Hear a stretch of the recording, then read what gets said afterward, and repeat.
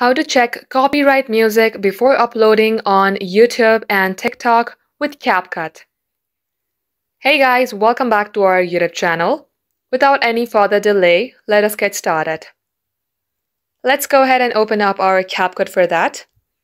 Then add any project that you would like to work on. I just added my recent video. Let's go ahead and add a music in order to do a copyright check. In order to add a music, tap on audio, then tap on sounds. You will see various trending sounds which are free. Choose any one that you would like.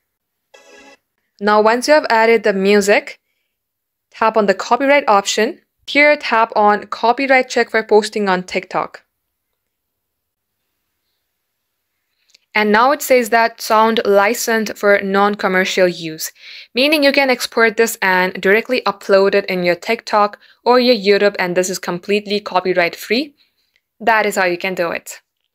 Thanks for watching the video till the very end. If it had helped you in any ways, then do like and subscribe.